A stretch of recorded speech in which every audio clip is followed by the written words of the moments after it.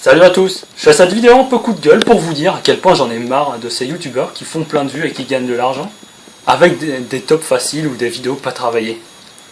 Bon, je vous resitue le contexte. Alors, il y a une semaine, un youtubeur très célèbre qui fait des tops, qui est Dog7, a fait une vidéo sur les 7 pires consoles de jeu. Bon, déjà on commence par le titre. C'est pas 7 pires consoles de jeu, mais c'est les 7 consoles de jeu ayant le plus bidé. Déjà, le titre est mensonger et putaclic, mais ça, on connaît sur YouTube. Et puis bon, les pires consoles se résument juste à des échecs commerciaux. Il n'a pas parlé de la PC Engine, qui a été certes un succès au Japon, mais qui a été un bide en France, alors que c'était l'une des meilleures consoles de son époque. Bon, autre chose, il parle à un moment de la Saturn. Bon, d'accord, elle a bidé.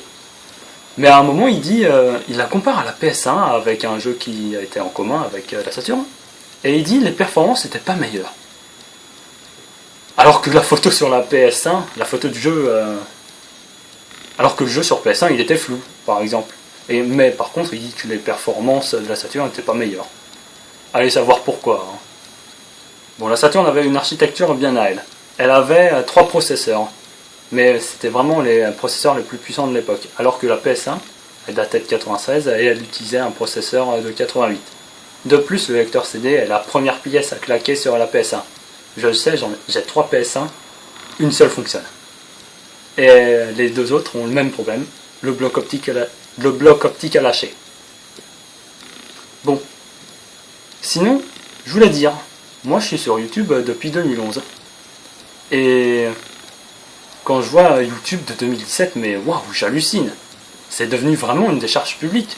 Entre ceux qui font des pranks, des essayer de ne pas rire, des tops faciles repompés sur des chaînes étrangères ou faits par des journalistes qui connaissent pas le sujet ou qui n'ont pas eu ou joué à telle ou telle console, avec telle ou telle console.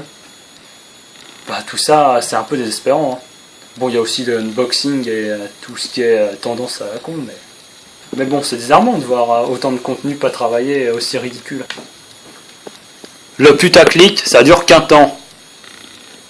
J'aurais un dernier conseil à donner aux youtubeurs. Enfin, aux youtubeurs qui gagnent de l'argent comme ça et qui font plein de vues.